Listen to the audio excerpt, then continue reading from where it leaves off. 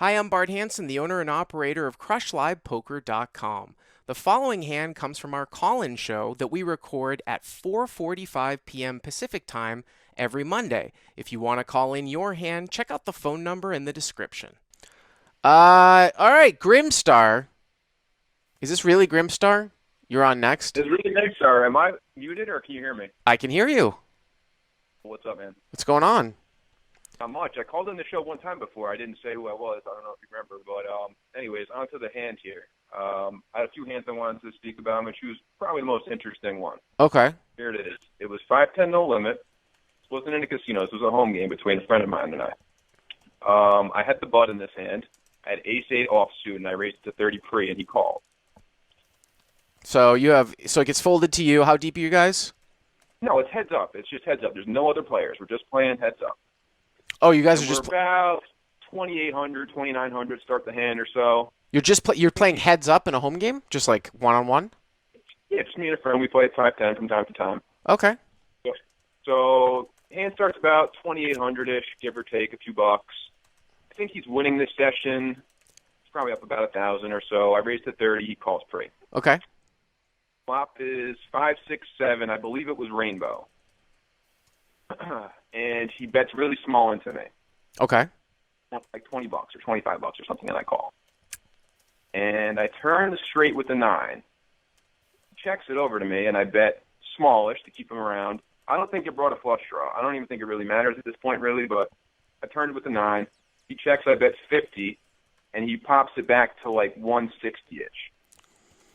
Okay. So I didn't really get much of a description about the villain either. He's not the most seasoned 5-10 player, let's say. A few weeks ago, he was playing real small, maybe 1-2 and stuff, and then he's been running good, and now he's playing 5-10 with me because that's the gamble. Okay. So long story short, turn he makes it 160. I figure I'll keep his bluffs in. I don't want to 3-bet. We're super deep. I don't want to put it in against the nuts here. I just call him. Just a couple of before we get to the river here, Pete in the live chat brings up a pretty good point where you could even sometimes check back the turn for a little bit. This is a heads up match, right, Grim? It is heads up. Two players only. Yes. So I mean, I actually saw Tom Dwan do this when I was doing one of the hands that he was playing against Patrick Antonius. This was back in 2008, I believe, at Aussie Millions. He check-backed the turn when he made a straight in Hold'em.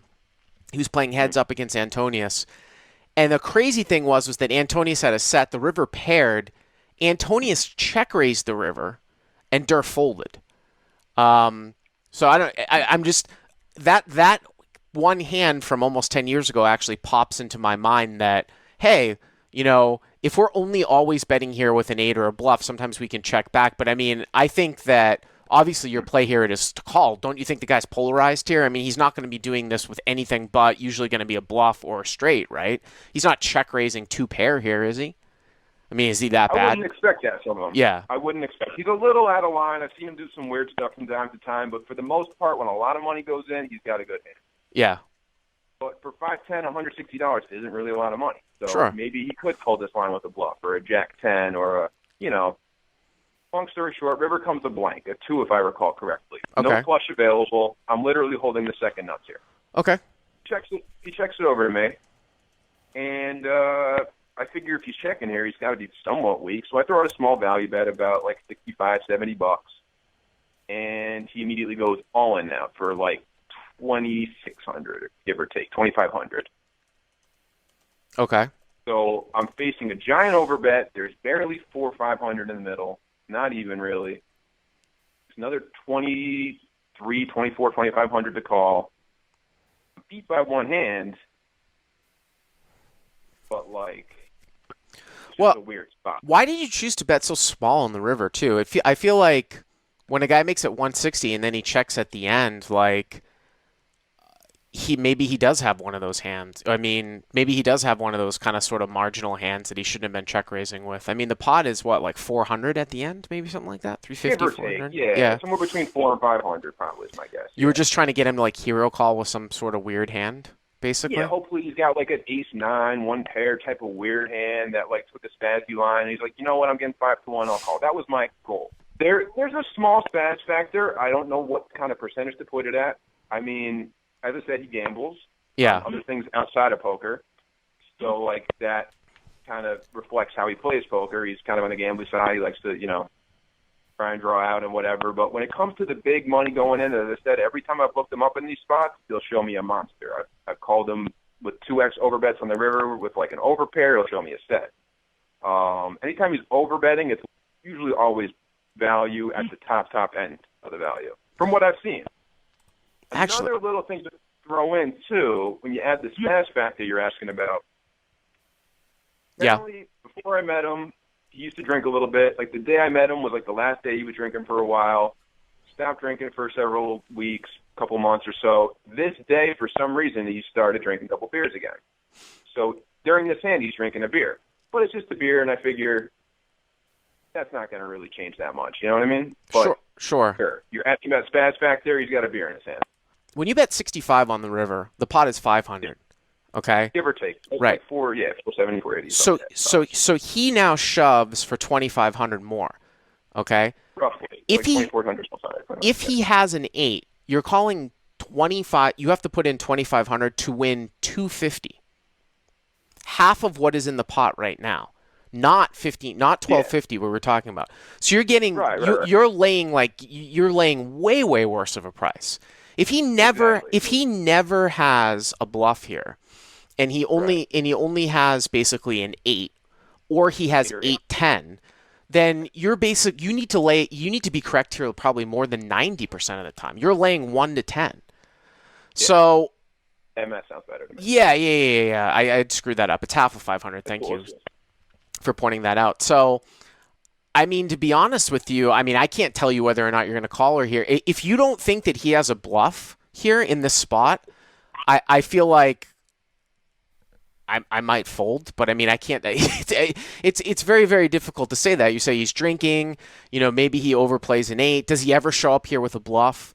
The math of are you ever good here for the full size of the pot affects this too. Obviously, I'm just telling you that you're getting a very bad price here. I could tell it was a bad price, and I can continue on with how the rest of the hand played out. Okay. Pretty much thinking for a while, asked him a couple funny questions. The first thing I say to him is that, are you betting your hand? And by that, between him and I, we've kind of come up with names for different hands. And there was one hand he played with someone where he, re-raised him pre-flop with an 8-10. And the guy says to him, oh, what are you doing? He's just like, I'm just betting my hand. And I thought it was funny at the time. And then when he showed that 8-10, I cracked up. I was like, you call that betting your hand? Because usually when people say betting your hand, it's like a good hand. So he just bets lots of weird stuff. But 8-10, I said to him, are you betting your hand right now? Meaning you have 8-10. And he doesn't really respond to that. I'm like, are you going to show up I muck? I'm thinking. Eventually, he just gets kind of pissed. He says, clock. He pulls out a clock, and he gives me a minute to make my decision. Okay. I'm thinking. The clock's running down. Eventually, at the end of it, I ended up mucking it because I did the math in my head, too. I got to be good 90% of the time. He has to never be bluffing here. And he was a man of his word. He showed his hand, which really surprised me in this spot. I guess if we're done talking about strategy, I'll just tell you the results if you want now, right? Okay. So he shows me 3-4 offsuit. And his response, I said to him, are you bluffing me, or do you think I'd call it worse? He said, I think you'd have a set at best. He's like, I wanted a call. I never showed my hand, but I said to him, you didn't want to call. Trust me, bro, you didn't want to call. And he's like, nah, best I could think you'd have here is a set. So he was one of those kind of, crazy players. But I didn't quite, register at the time. I think the beer might have helped that, too. But it was just one of the weirdest spots I've been in poker in my life. So that's actually a very interesting one, Grimstarr, because I didn't actually think, because I think that you and I, well, it sounds to me like you don't think this guy's going to pull a bluff like this, right? He's not going to pull a bluff for his entire stack here, really all that often. But yeah, I didn't see the fact that he actually could have 3-4 here. That's really, really interesting for the bottom end of the straight. Weird. Yeah. Possibly the smaller bet might have induced him. Maybe he check raises on the turn. The whole hand adds up because he check raises on the turn here, and then on the river comes a 9, and maybe he thinks that you just bet so small that he might have always thought that he had the best hand, and then when you started tanking and tried to ask him, he didn't really feel super comfortable with it. I mean, that's could have been what happened. But Yeah, I think that right. The tanking is what scared him into calling clock and everything. And I probably should have registered in that in my head that like he would probably not call the clock with the nuts. But I've seen him call clock on me in the nuts when I take a long time. You know, I mentioned before you double overbet with the set once, and yeah, I had an overpair and I was tanking. He called the clock on me. It was like a $700, $800 bet. And it's like a $300 or $400 pot. So like he's capable of doing the clock thing with big hands too. So it was a very very weird spot, but well, thanks for the call. Yeah, keep calling in. I'll appreciate it. Thanks a lot. Yeah, no problem. All My right. question, though, is if you're in that spot, would you call or fold for 2,500 there? I would probably fold. I would probably do the Yeah. math, and like I said, I would feel like at one to basically call to chop, get basically laying 1 to 10. I would probably fold, but I mean, you'd have to know the guy too, and like I said, I think it just ends up being that the one hand. I don't know if a lot of these guys have it in there to bluff off their entire stack, but when you do mess around with small sizing like you did on the end, some spazzy things can happen. I would sort of look at that too, but I think I would probably fold. But thanks for the call, man. Appreciate it. No problem. Hey guys, if you like what you've seen here, please click on the subscribe button and you'll get notified every time we put up a new video. And if you want to check out crushlivepoker.com for the first month free, use the code YTA100. Click on the link right there.